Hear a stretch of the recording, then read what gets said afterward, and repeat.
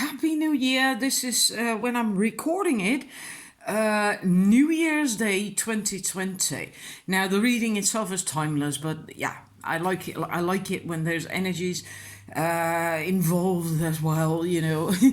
And yeah, because the new year, we're going to start a brand new decade, a brand new year, lots of different energies because we're shifting basically out of the vibe from last, let's say last decade of letting go and cleansing and cleaning and letting go and letting go. And now we're shifting into the decade, into the period where we still have to work, but it's about building up now, right?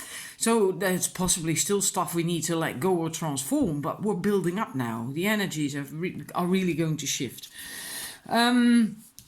Anyhow, this is just a one card reading.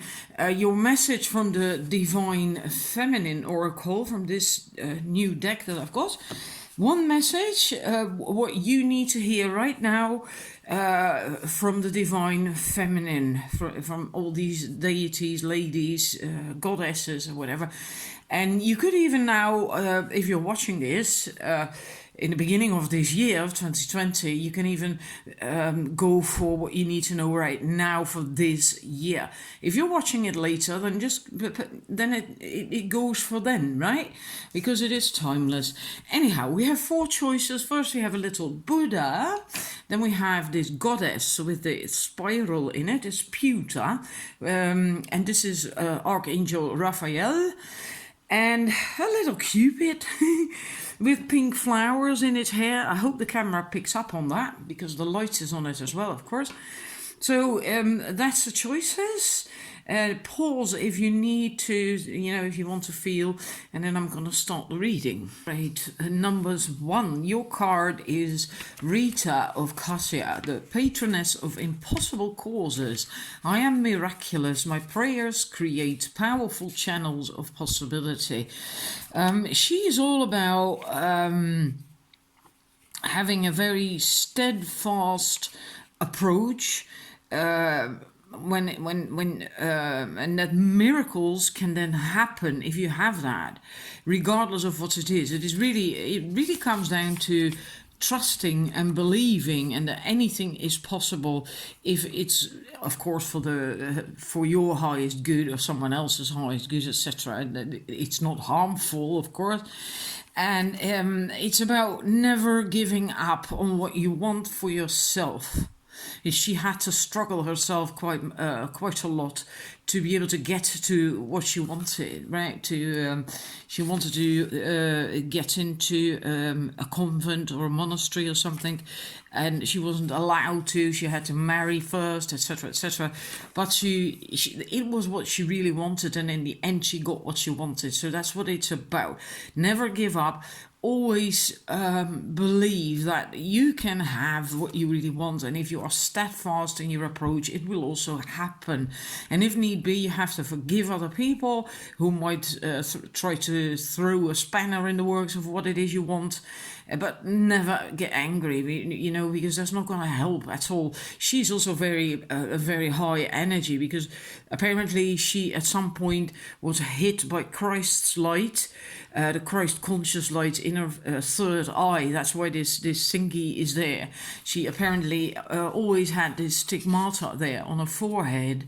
So it is from a very high energy. It's not from anger or anything like that. So just that's your message.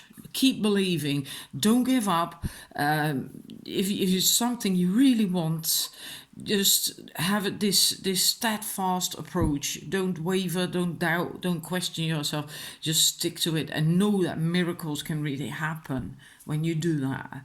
And that's your message. And yeah, that can be concerning anything, right? That's because it's a general reading, but if it resonates, then you will know what it's about. So thank you for watching. Have a wonderful new year. And I'm moving to numbers 2. Right, numbers 2. Green Tara, the Buddha of enlightened action. My soul informs my every step. I do what my heart compels me to do.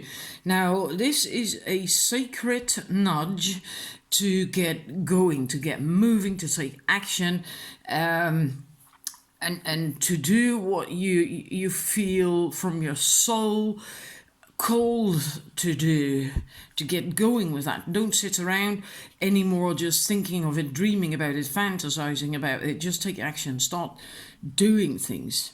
And it also says, let your feet be moved by what has been caged within you. Let your wisdom shift into an inspired action. And if need be, if the leap is too big to, if you want something that's really quite big, or it scares you or overwhelms you a lot, start small. Take small steps. As long as you take action, that's great. And there's another message with this card, and that's what I love it so much. Do not let yourself be discouraged because of your gender.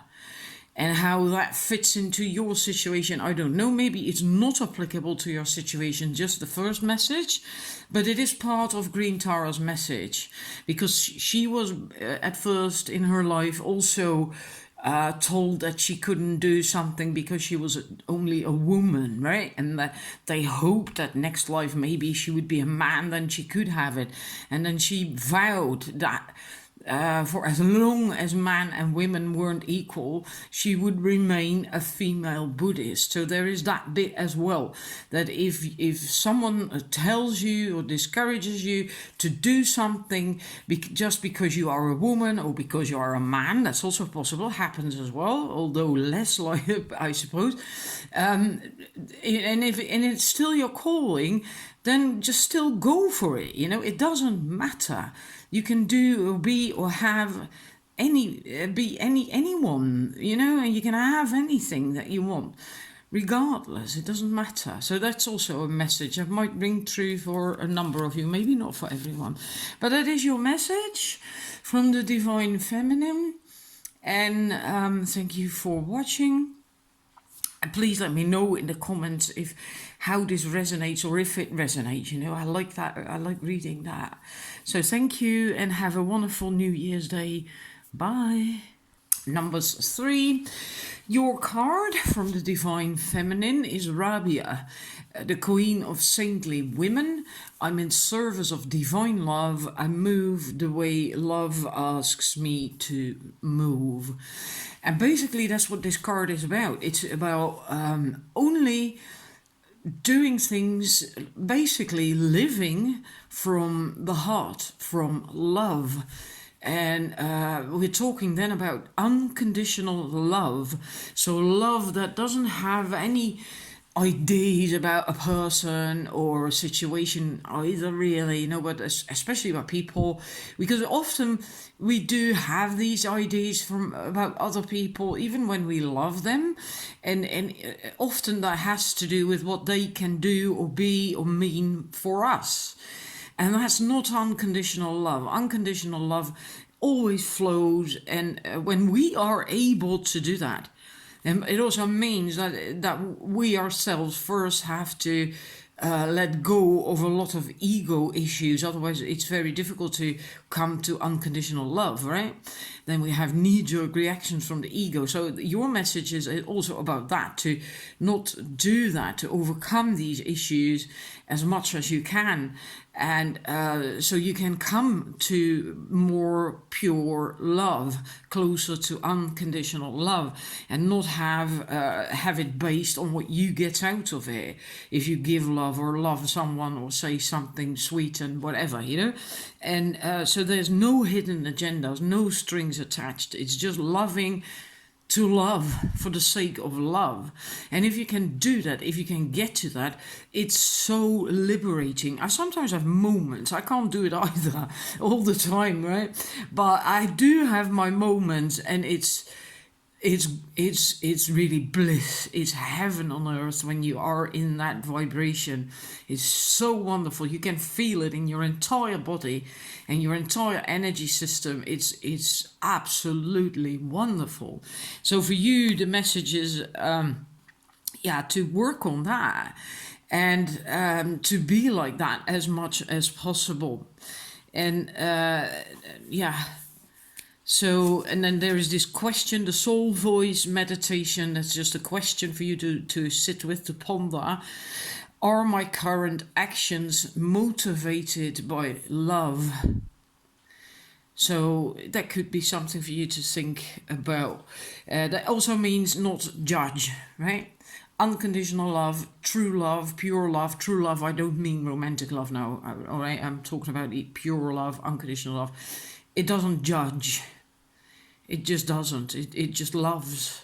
Even if someone isn't nice or just a pain in the neck, you know, if you are able to feel and exude unconditional love, you will still do it then, right? So that's your message. I love it. And maybe you need to have, that's just something that dawned on me. Maybe that you need to have some healing to do first before you can get closer to that. Because we have Archangel Raphael, which is about healing, right? The heart as well, heart energy. So, yeah, I hope it resonates. Please let me know in the comments. I always like that. And if you liked it, please like and subscribe. And thanks for watching. Have a wonderful New Year's Day.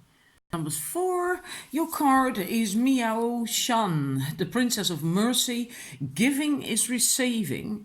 The energy of the universe is merciful. Now, your message has to do a lot with mercy, which is also the realm of Kuan Yin, and she actually incarnated as Kuan Yin at some point. But your message has a lot to do with that. And mercy is similar to compassion, but compassion is what you feel for people who have never harmed you personally. And mercy is feeling compassion for people who have harmed you personally. Then to still be able to have that compassion for these people.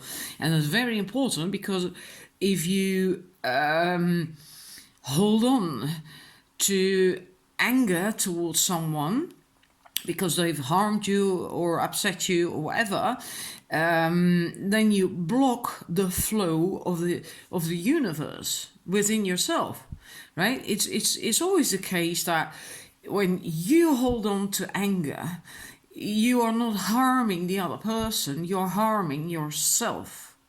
And you hold yourself hostage, basically, because you are the one who cannot move on, because you aren't letting go. The other person often doesn't even know about it, and they are just moving on, right? So you don't do yourself any service to hold on. Ooh, sorry about that. To hold on to negative feelings about someone and anger. So that's your message, to deal with that. Learn to let go of that. And because and learn to have then also mercy for these people. So have to have compassion for these people, and it helps. The way to get there, to feel that, is to have empathy with them, so to see where they were coming from, what moved them, you know. And often we then then you can often feel mercy, compassion, because you then see, like, wow, they actually were having a real bad situation, or where they come from, or whatever, you know. You can then understand.